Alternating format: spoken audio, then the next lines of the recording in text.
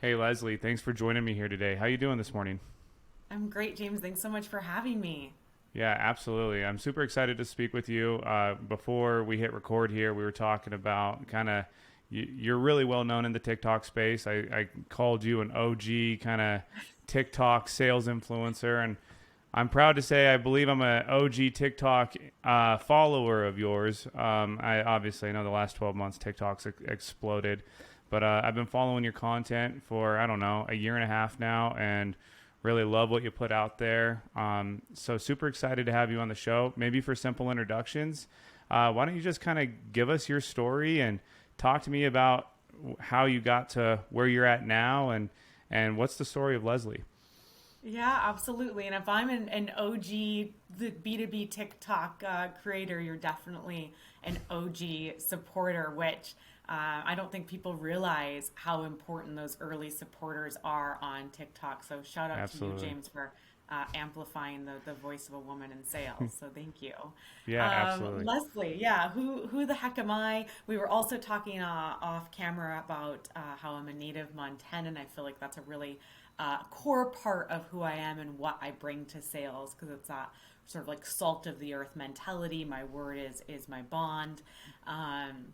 I moved to Chicago almost 15 years ago, so I've been here, moved without a job, fell into a sales role. It was not the job that I wanted. I wanted a different job with the company, but I thought, I'll take this job and then I'll when the next job opens up, I'll move. Immediately realized I just had a real knack for sales. And it was something that I became very passionate about very quickly. And here we are 15 years later, and after 15 years in corporate America, I've been lucky enough to be able to step away and focus 100% of my time on my own business that I started in 2018. So now I'm a full-time founder, which is pretty cool, but it's been a great journey, a roller coaster certainly at times, but a great journey. Sounds like you have a very common journey among all of us that join sales is we didn't really mean to get into it and here we are. and we It's then we so fall true. into it. Yeah, I like to say like when I was in 4th grade and the teacher would ask what I wanted to be when I grew up, I never in a million years would have thought sales. That would have been like the exact opposite. What did you want to be when you were growing up? I'm curious. What did I feel like it changed a lot. I went through like I wanted to be a marine biologist for a while. And then I wanted to be a lawyer for a really long time. And then I thought I maybe wanted to be a politician. So I guess I mostly wanted to do things that needed really strong rhetoric skills. But Hmm. like you, I just never realized that sales was a profession that that is like an honorable profession, that's a profession that's rooted in helping people. So I always wanted to use the same set of skills I use today, but I thought you could only be a lawyer or a politician or work in nonprofit management to get there. I didn't realize that you could do that in the profession of sales. Yeah, absolutely. And that's really well said. I love how you classified it as like an honorable profession. I think it kind of has outside looking in a lot of the opposite, like preconceived notions, like, oh, sales is sketchy or it's high pressure and it can be a little bit dirty. Of course, that there is a segment of the sales industry that is like that. I would say a very small segment. And you mentioned the honorable part. Talk to me about where that honor comes from within sales, like in your perspective. I love how you phrase that.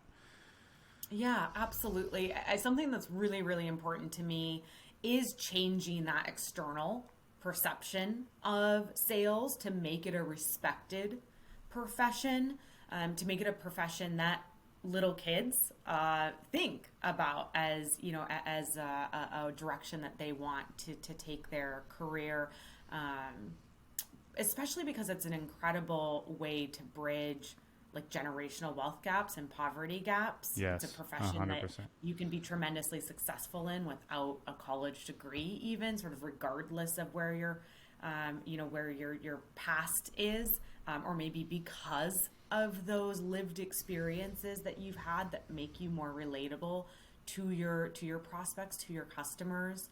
But going back to sales being rooted in helping others, I think that's what makes it most honorable. And when I look around at the salespeople who are most successful, maybe not in one type of sale or in one gig, but have had a really successful long-term career in sales, they are 99 times out of 100 the folks that lead with empathy, that lead with curiosity, the folks that are willing to say, I don't think this is the right solution or product for you. Let me introduce you to somebody else if there's really not a fit. Like the best salespeople, the honorable salespeople that are making this a more respected profession are those that really do put their buyer at the center of everything they do.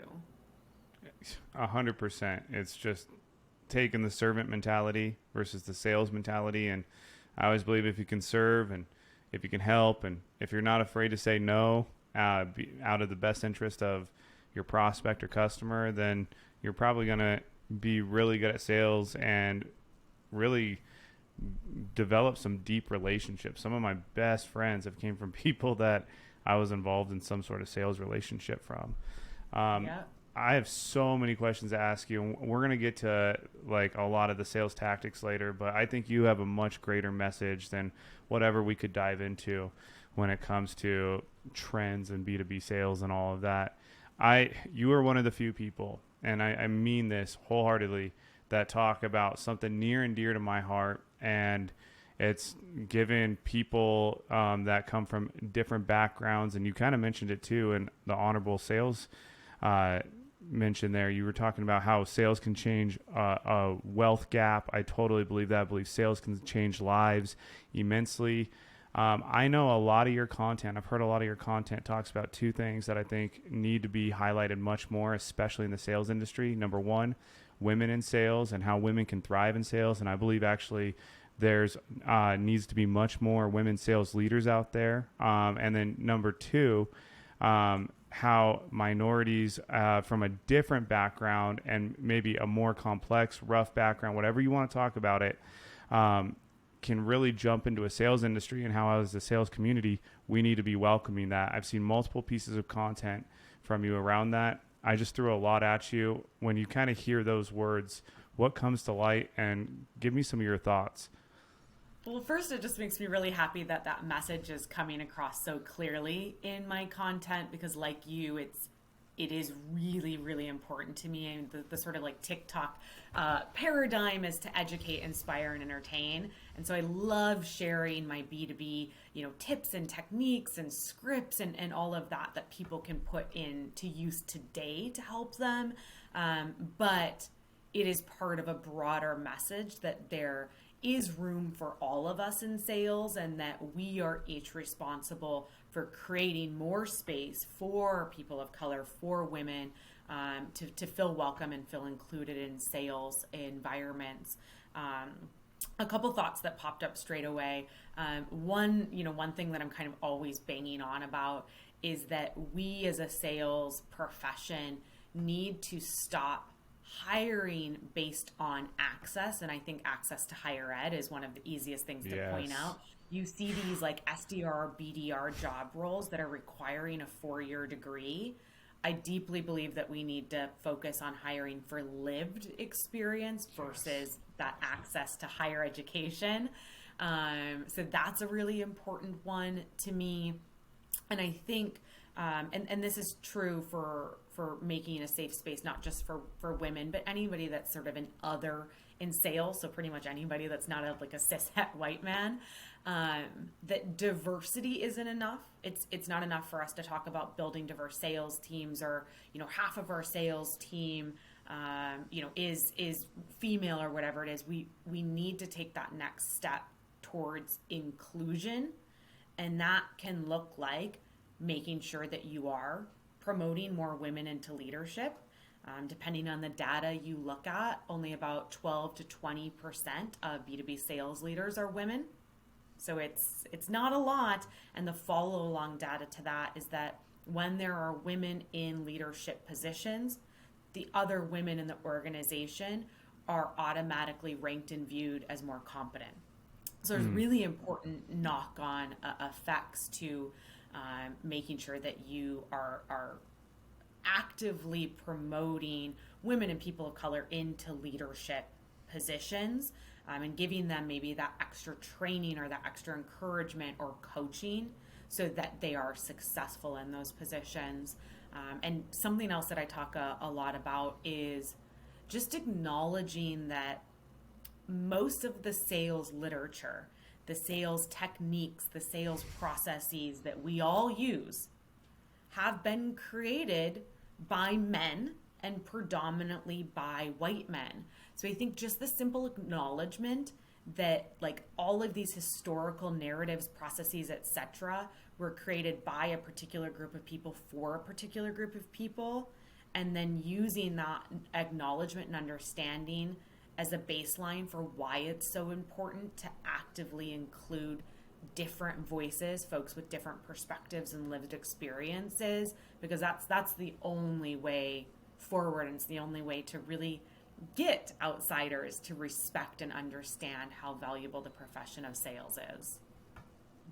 I cannot. I can't even add to that. I think that's so well said. I do love the fact. I love all of it, but I really love how you said stop hiring based on like access. Like, I mean, I've been part of so many. I've consulted so many companies that hey, let's hire this AE because he comes from XYZ company and has XYZ access to this prospect pool, and therefore, of course, that account executive, mid-30s, white dude that just got this job out of college. I also think we're very prejudiced in the hiring process based on qualifications. I think qualifications are total bullshit most of the time, especially when we're talking about the sales industry. I don't care about a 4-year degree at all. I don't want to say I view that against you by any means, but I don't look at that at all and hold any credence into that, because sales is the ultimate experience-driven and people-driven business there is that can't be taught within a classroom. My one video that's actually picked up steam on TikTok was talking about like I believe we should be giving felons a chance at sales. When they're making the transition back into the real world out of prison, because their people skills are so incredibly high and their experience is so incredibly dense. And like you've already mentioned, sales can change a wealth gap, and sales can literally not just change lives but save lives. And I've always believed, like, I don't come from a 4-year degree. I come from a hustle and grind type of background, and I was able to pick up a cold calling job at 18 and do some door knocking, and then get introduced to the big picture and the more higher up B2B sales that I'm in now. But it started with like a job just because I had initiative and hustle. And what if we took, as a sales community, took more of an open mind like you were speaking about, and give that to ex-felons, give that to people of color from rough neighborhoods, and teach them the value, high skills of communication, connection that can be applied to an entry-level sales job with room for growth. Then obviously we need to have a hiring path for that. How can we make women more in a leadership position? Because there's a ton of positions out there right now trying to hire for women. And if you're telling me that women are viewed more competently with someone in leadership, that's insanely valuable. Then we need to like really diversify our leadership. So I love your message. I absolutely love your message. And before this, and I'm going on a rant here, but before this conversation started, you talked about International Women's Day. You talked about Heels on Deals, something you're a part of with a group of women. Talk to me about what Heels on Deals is, and like let's elevate this message even more so. Yeah, absolutely. And one thing, maybe a call to action for the listeners, James, is that it's my opinion that being an ally is not enough. So saying I support women, that is not enough. That is the least. Platforming a woman on your podcast, amplifying women's voices, actively promoting women, and giving them the coaching or the training that they need to be successful. Like those are the pieces of advocacy that are required. Being an ally is just simply not enough. So call to action. 'Cause I know there's a lot of folks that say they're an ally, and it just feels a bit performative to me. Totally. But heels to deals. Thank you so much for bringing it up, because I am jazzed about this project. I was extraordinarily lucky to be asked to contribute to the book Heels to Deals, How Women Are Dominating in Business to Business Sales. It is a bit mind-blowing because other folks that are also contributors to the book are individuals like Jill Conrath and Lori Richardson. Like, we talk about OGs. I mean, these are the OG women in sales. I was talking to my mentor yesterday, and he said that Jill's book was actually the first sales book that he ever read. And it's like sort of bizarre that the first sales book he ever read, now she's in a new book. And, you know, me, who he's been mentoring for 6 years, is also in it. Like, this real full circle moment, I think, for many of us that had an opportunity to contribute.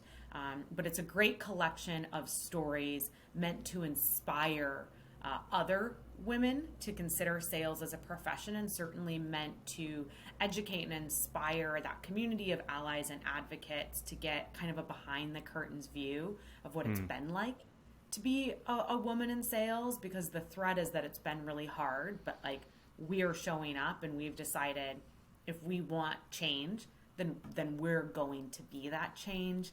So it's available. If folks hit me up on TikTok or LinkedIn, probably on LinkedIn, I can send the link.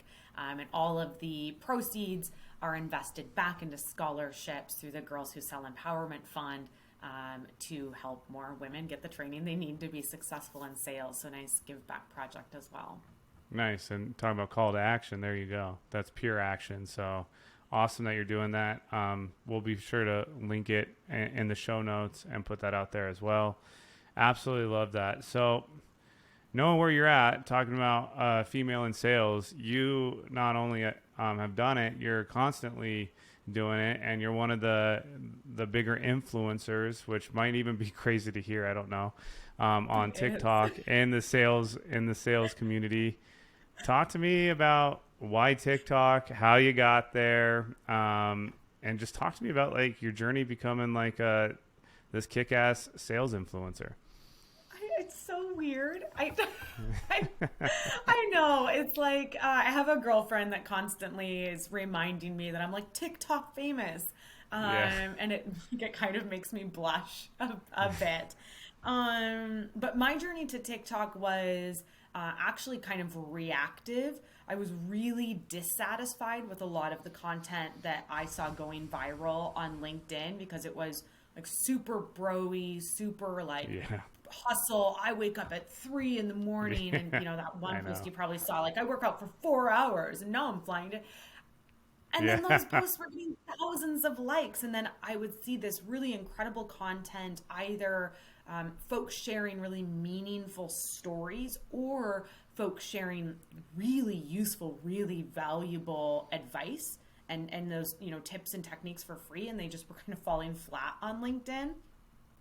So I thought, where can I take my message, which is a message to inspire the next generation of sales professionals, is in a message to help folks that are new to the profession, like stop gatekeeping some of those top techniques that, you know, we always see top performers like maybe hold a bit too close to the chest.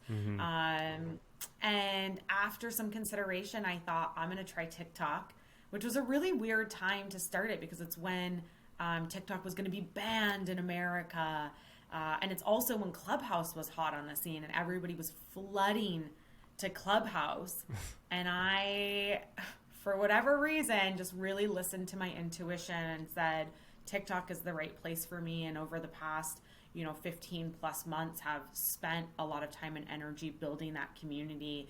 And really, and you, I'm sure, are seeing this too, James, like in the last 2 to 3 months, after over a year of like just teaching the algorithm that our content is good, teaching the algorithm which videos to push out and which hashtags to promote. Just in the last 2 to 3 months, we're seeing a lot of new creators come onto the platform and join the Sales Talk community and have a ton of success. So It's really incredible. And I really, because I get to see like the personal messages that I get from people saying I used that and I closed the deal, or I was about ready to quit my job and leave sales forever and I realized it wasn't sales I hated, it was, this manager or this process.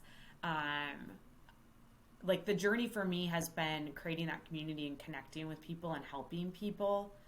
And as a result, I've been really lucky to get some great clients for my business. Yeah, good. And so I don't want people to think it's only about like inspirational content. Like there's a real revenue impact to being on TikTok as well. But like leading with the desire to help has on the back end then ended up being really profitable. So that's always nice. Yeah, well, that's kind of like how sales is, right? Actually, in general, I think like if you lead with value and lead with good intention and you do that consistently, like it ends up paying off. And it ends up paying off because you become a kick-ass salesperson and you make a ton of money. Like that's the point of sales. It is to make money. But that's just to me now like almost a byproduct of the great relationships I get and the constant learning I get from people like yourself and others in this community. And it's like, so if you lead with value like you did for 15, 16 months on TikTok, and then all of a sudden like it becomes a revenue stream, it's like, actually, that's kind of how sales works in general. Like that you build that credibility. I like how you mentioned the new creators on TikTok. Man, it feels like the last 90 days, I see a whole new, like the Instagram creators coming over to TikTok, and I kind of get a little defensive at first. Like, no, stay on Instagram, but like we welcome them with open arms. Talk to me as a sales professional, as a marketing professional, even maybe just a professional in general. Do you see the value of trying to build a personal brand? I don't want to say late in the game. I still think it's early in the game in TikTok, on TikTok, and just kind of talk to me about TikTok in general and some, it doesn't have to be sales tips, just maybe just some tips in general that you see since you are so familiar with the platform that might benefit someone listening. Yeah. Everybody that is listening should definitely consider if TikTok is a good platform for them, either to build a personal brand, because although I've recently become a full-time founder, the first year I was on TikTok, I was just a B2B sales professional sharing tips, but it did really help my personal brand. Or if you are a business owner, if you're in, real estate, if anything like that, where your brand is also your business, 100% yes, get on TikTok immediately. I think like the moment for me that it clicked, James, was I had just onboarded a client that came to me from TikTok, and I was about ready to take a week off, and I was going to be completely offline. And so I, communicated I'd be completely unavailable, no emails, no text, nothing. And instead of getting the normal reaction that I got for, 15 years in corporate America, which was okay, but if it's like really urgent, I can text you, but you'll still check your email like once every 24 hours just in case, right? The client said, incredible. Like we're so excited that you get to take this week off and go on this trip. Like you enjoy yourself. We'll talk when you get back. And it was this moment of realizing, oh, this person's been listening to my message for a year about work-life balance and the importance of boundaries and the importance of taking a moment to step back so that you can lean in more fully when you return. And so we are aligned on that. And I don't have to try to justify myself. They just get it. So for anybody that is thinking about TikTok, do it. Show up, bring your full authentic self, and you're going to find that you then attract the type of customer that you are most excited to help and most excited to work with. Absolutely. Really well said. Talk to me about like following. I think so many people obviously you have a big following. That didn't happen overnight. That took a lot of effort, a lot of content creation, a lot of like thought goes into it. I think people think, oh, I can just pull up a phone or start my camera and talk. And it's like, no, you need to be more authentic and more valuable than that. Talk to me about like the follower aspect. Like, I think there's this big misconception in the content creation world, like you have to have this massive following to be a success. And I heard you on someone else's podcast talk about how maybe that's not true. Like even a smaller following that you're more valuable to can still be really valuable. Yep. Yeah. I was just talking about that with Morgan Smith, actually, like maybe 2 weeks Yeah, that ago. actually that might have, I heard you on LinkedIn somewhere, and Morgan's great. Yeah. I don't know if it was with him, but awesome. Tell me about Yeah. it. You're spot on, James. I mean, I think the, like when you're starting your account and you're creating content, you need to ask yourself, why am I creating this content? Who am I creating this for? Am I creating this content because it's important for me to be a famous influencer and I'm trying to go viral? Like, is that the purpose of the content I'm creating? Or am I creating the content to inspire, like this? Like for me, it was, I'm trying to reach 18 to 24-year-olds that are considering a career in sales or are new to say, like it was so niche. And beyond that, not even 18 to 24-year-olds, like specifically women and people of color. Like that was such a small niche. So it was never, I never thought my content would do as well as it's done. Like I didn't realize there would be as big of an appetite for it as there is, particularly 15 months ago when, TikTok had at that point just released TikTok for business as a concept, and it was only for B2C. Right. So like Yeah. there were no B2B creators on TikTok, and even TikTok for business was a new concept to the platform. So you think, have that conversation with yourself and realize that it's okay to have a following of 5,000, 10,000, 20,000. It doesn't need to be 500,000, because it's my opinion that your goal should be to create a community. And I focus much more on engagement and community than I do on numbers, which isn't to say that it doesn't hurt when you put a lot of work and thought into a post and then it flops. Yeah. Oh, yeah, There's still totally. that element of like, come on. Yeah, exactly. But, because they're sort of like the bigger purpose behind it, you don't get too down about it. But, something else that you said that I would pull forward is that I don't think people should overcomplicate it either. Like show up and make sure you're showing up with a message that is valuable, but don't think that you have to have like a whole fancy setup and 17 ring lights and a microphone. Like that's great. And if you get there, like awesome. I still record all of my content just on my phone, and then I edit it in the TikTok app. Like I am so just like low tech on the way I create content. So don't let yourself use that as an excuse to not start creating content today, because it's better if you just take action and start showing up and putting your stuff out there and finding your people. Absolutely. Imperfect action done is always better than perfect. 100% agree with that. I think a lot of people though, maybe talk to me about this. Like, talk to me about like how you do map out like your content and content creation. Cause like, I really do think it takes more work than some people might initially envision. Like even myself, I have a couple thousand followers. I've had a few videos do really well.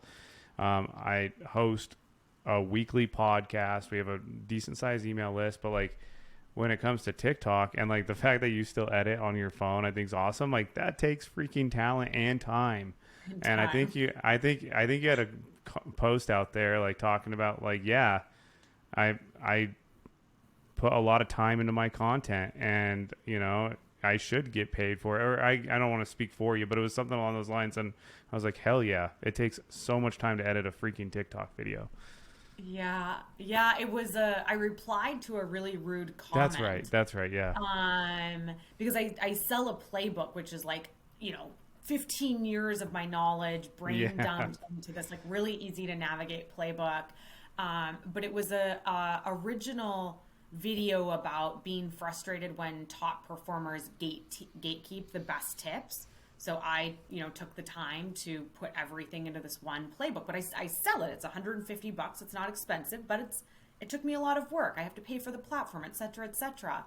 And a person left a really rude comment, pretty much chastising me for being for asking people to pay for my labor and my intellectual property.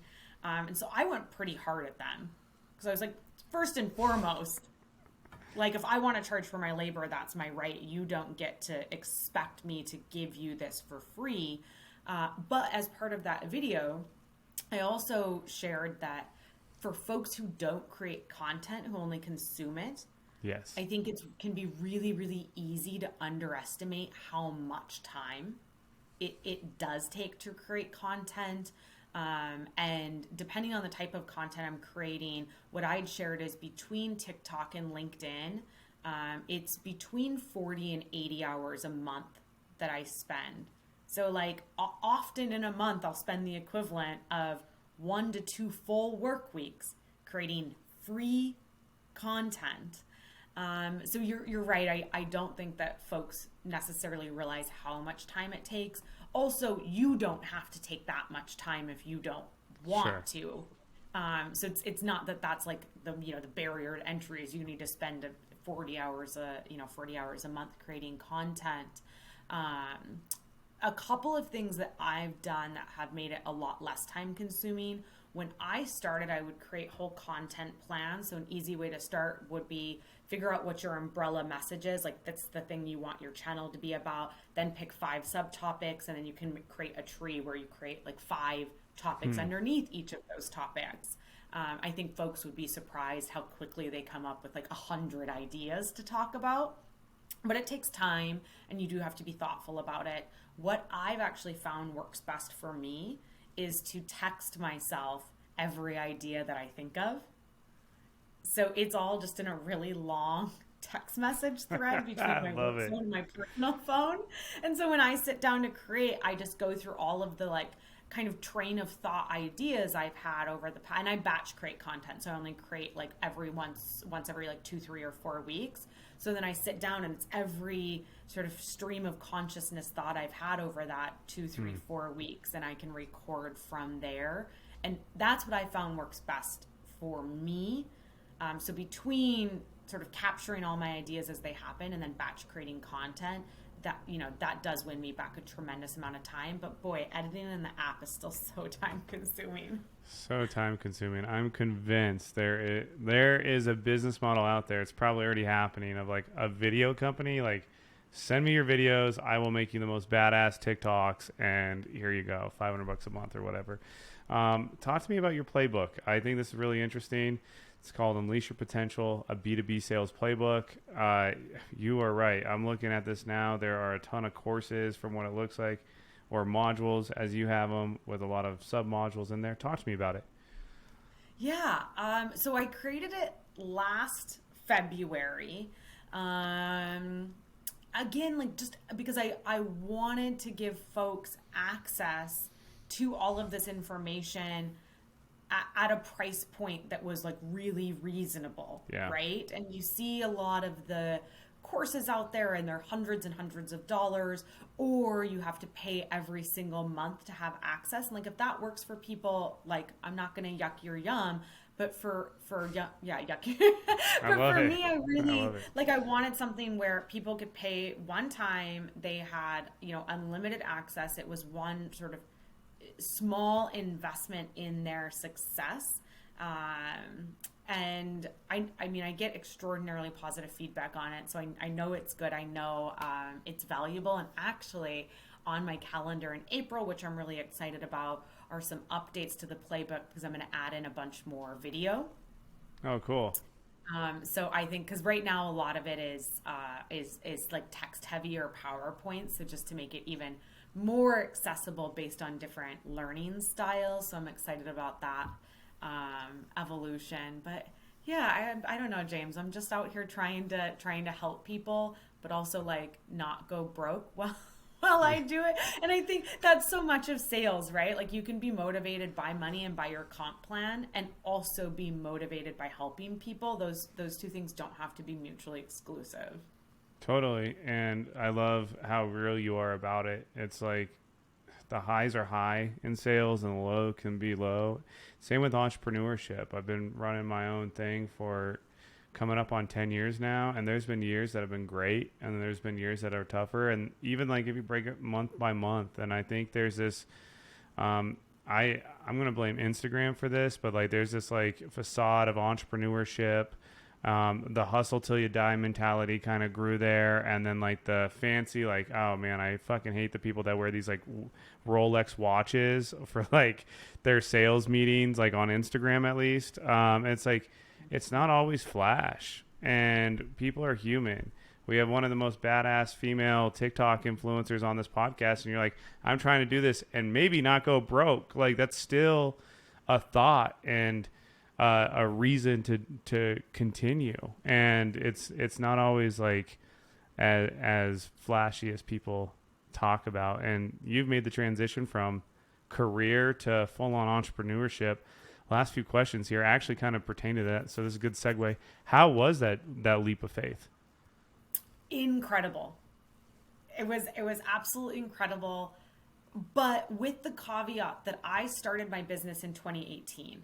So while I had the comfy cushion of like a 6-figure enterprise B2B job, I got to make a lot of mistakes and learn from them. And I got to do it in a super low risk environment.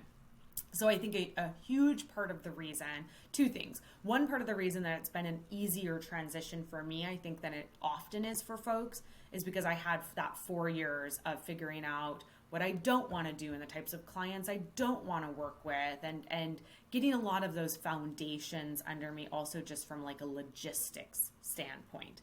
So I think that was one piece of it. I think the second piece of it was that at the beginning of 2021, I really thought about making Sales Team Builder my full-time gig, and I talked myself out of it. Like I put up every roadblock and every excuse. The safety net. Oh, my husband also just got a job at a startup. Too big of a risk. Oh, we want to buy a house, and we won't get the loan. Like literally, James, every excuse you could think of, I put it up and was like, okay, well, I know I want to leave the job I have now, so I'm going to interview. So I went through this 6-month process of interviewing. And I was really specific. I wanted another head of sales role with an early stage startup, like a Series A, Series B startup. So I was talking to founders all day long. And I finally got to the point where I was like, why am I trying to work so hard to put money in somebody else's pocket, to work for another founder? And it just so coincided that in October, on a Friday, I got a job offer that was what I thought was my dream job offer, like CEO reporting line, full ownership of the entire commercial function. It was a $460K offer, which would have, huge, truly yeah. been like a life-altering amount of money, like Sure. more money than I've ever thought about making. And the next day, I won my biggest client that I'd won for Sales Team Builder, and was working for a female founder, somebody who's deeply embedded in like respecting pronouns, creating an inclusive culture, like making sure like our values were just so aligned. And I sat with myself and realized that I was just 100 times more excited about that, working with her and the work through Sales Team Builder, than I was about this path that I thought was the path to Chief Revenue Officer that I was supposed to be on. And that was it. Like in 1 minute, I realized if this job, which is everything you thought you wanted, if that's not what's getting you as excited as the opportunity to do your own thing, then you need to stop ignoring your intuition, and you need to stop like actively talking yourself out of the path you need to be on. So I think it was those two things. Like part of it was just simply that I've been doing the work for so long, and part of it was that I tried to talk myself out of it for a year, and it was shit. So when I finally said yes and leaned in, it felt really right. Awesome. And it sounds like too, like we always say money's an important thing. It should never be your everything. And I mean, a $460,000 job offer is massive, freaking massive. But in your case, your business or money was an important thing. It wasn't everything. And look at what it's unlocked. It's unlocked a lot of I don't know. happiness. It kind of makes me sweat when I talk about it because I'm like, I can't believe I said no to that. Like, Yeah, good no, Lord. you should. No, that's awesome. What good is a person's yes if they can't say no? And so Yeah, that means a touche. lot. That means a lot. Cool. I have two last questions here for you, and I so appreciate your time here today. First question. Well, one, it's going to be more of business related too. It's kind of a fun one we do at the end here. Number one, if you were to give one piece of advice to a hiring manager, that's a male. Let's say it's a white male in the sales game. What piece of real advice would you give that man? Ooh. I would say what we started our conversation with, which was look at lived experience and look at potential versus only qualifications. Like, don't look at the bullet points and the qualifications. Really look at potential, and those lived experiences. Love it. I think that's really well said, and I encourage anyone listening that's in a hiring role to follow that. And like Leslie said earlier, like take action. That should be a call to action, absolutely, and that should be a standard. Just in hiring in general, it sounds so simple, but for sure in sales. All right, we play this game. It's called Box Roulette, Question Roulette. I don't know. I really don't know. We just call it a roulette something. Black box, white box. People think these are like cigarette packs when I do this. I'm like, no, these aren't cigarettes. Random questions. They can be anything across the board. We've never read them on the show. Would you like to choose from the black box or the white box? No difference in questions. I have no clue. Okay, black box. Okay. You're part of the 85% of people on the show that choose the black box. Ooh, I wonder what sort of mental thing that is. I know. I think about that often. This is good. This is really good, especially with the change you've been through this last year. What's one thing you've learned about yourself this past quarter? This past quarter, wow, I have learned so much about myself this past quarter. It's been like a crazy time of really having to look at what I want to carry forward into this new version of myself.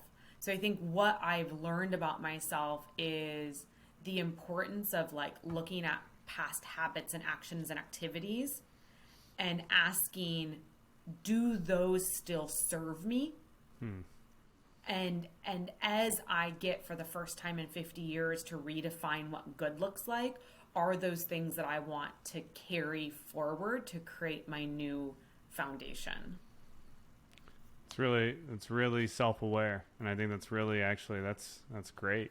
That's great. Do those still serve you? Or we should all be asking that question, really, because things change, people change, and that's okay. Yeah.